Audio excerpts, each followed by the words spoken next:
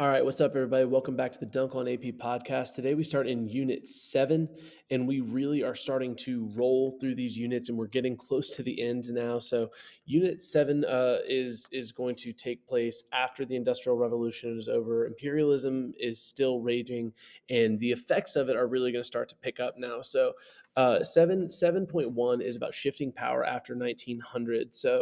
Um, what we're going to do here is we're going to start with the Russian Empire and the fall of the Russian Empire.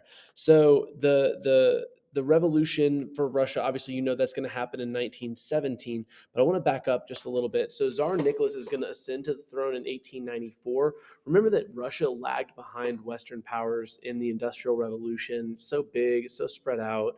The vast majority of Russians were living in rural poverty. Tsar Nicholas II resisted political reforms. Several wars also are going to drain Russia economically. The Bloody Sunday Massacre will happen in 1905 as people there are going to be some protests against the Tsar that will not end well, and the Tsar will abdicate in 1917, and that's going to lead to a power vacuum. And another reason why the Tsar is so unpopular is because World War One is going to be extremely unpopular by 1917. People are starving, and you're funding a war that's unpopular. So Russia is like I said, slow to industrialize prior to 1900. Industrialization is going to stagnate under Tsar Nicholas II, and this was just one internal factor that contributed to political change in Russia. So remember the idea of the proletariat, which is the working class. That's a term that was used by Karl Marx to describe the social class that did not own the means of production and who supported themselves by selling their labor for low wages.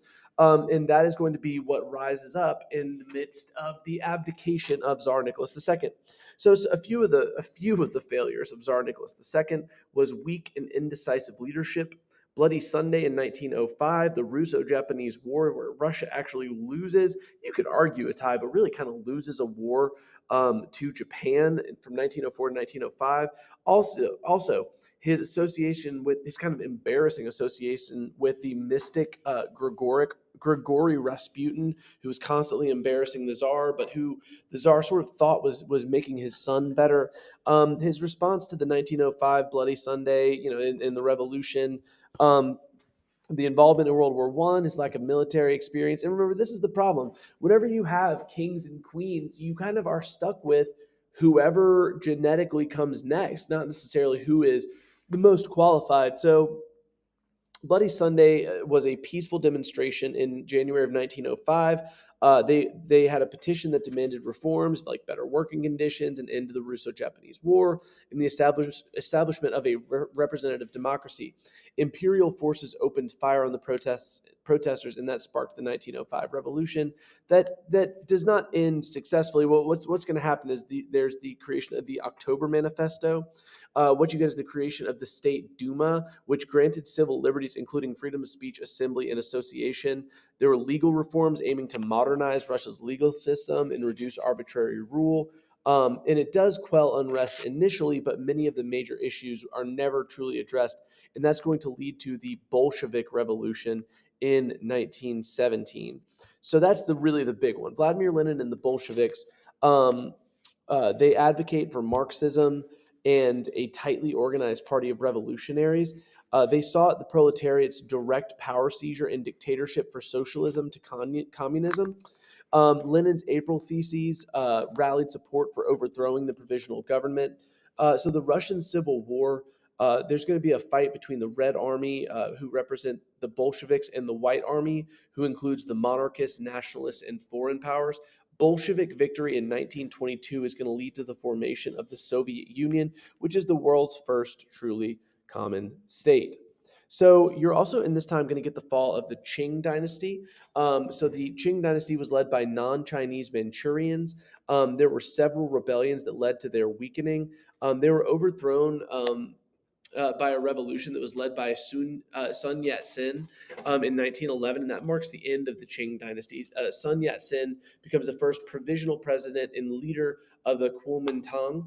So the internal factors that lead to the fall of the Qing dynasty are corruption and inefficiency, economic hardship and high taxes, famine and natural disasters, ethnic tensions, technology and China also had fallen behind Western powers and Japan.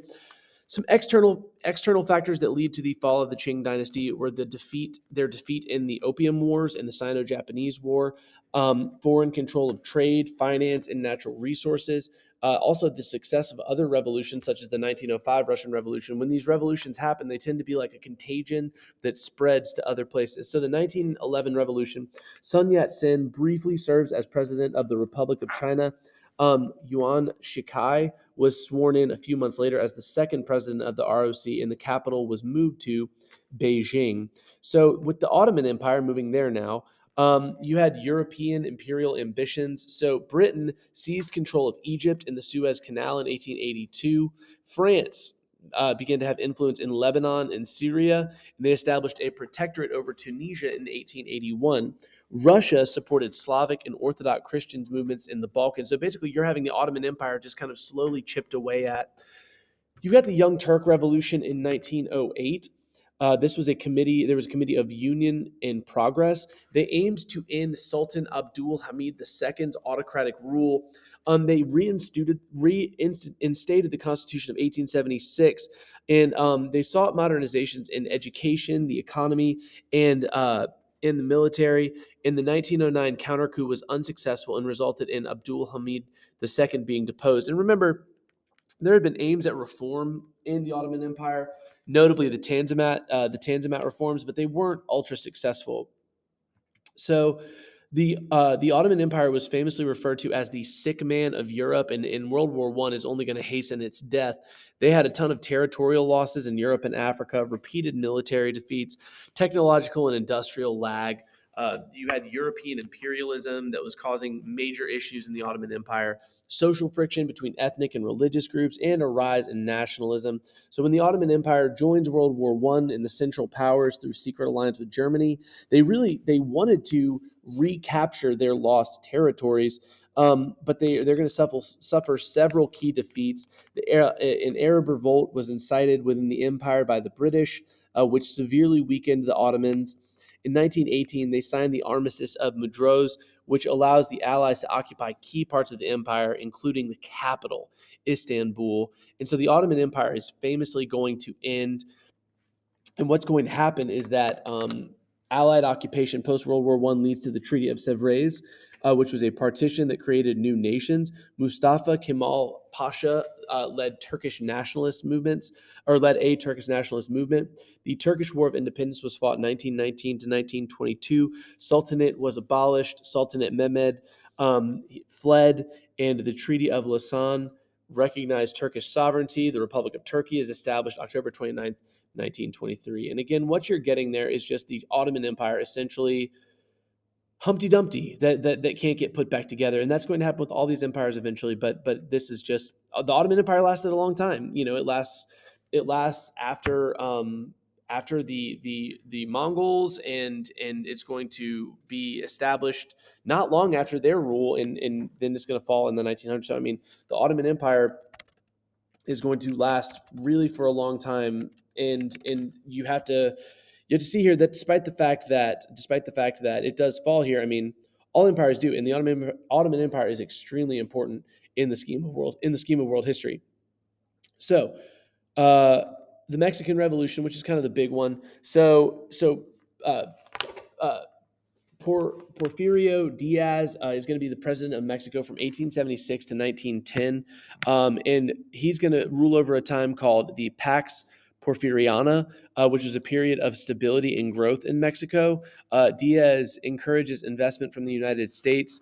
American companies own 25%, though, of Mexican land by 1910. If that sounds a little bit like imperialism, yeah, that's economic imperialism and gaining influence. And so you get Francisco Madero, who runs against Diaz in the 1910 election and calls for a revolution. Then you get Emiliano Zapata, who is a Southern revolutionary leader and advocated for land reform. Then you have Pancho Villa, who was a revolutionary leader for Mexico, and he advocated for poor and land reform. So this is a big issue in Mexico, the issue of land use and reform. Diaz, the president for such a long time, allowed foreign companies to buy up agricultural land, and Mexican-owned land was in the hands of hacendados, which were wealthy landowners. Indigenous and rural communities were often displaced and suffered from poverty despite overall economic growth during Diaz's rule.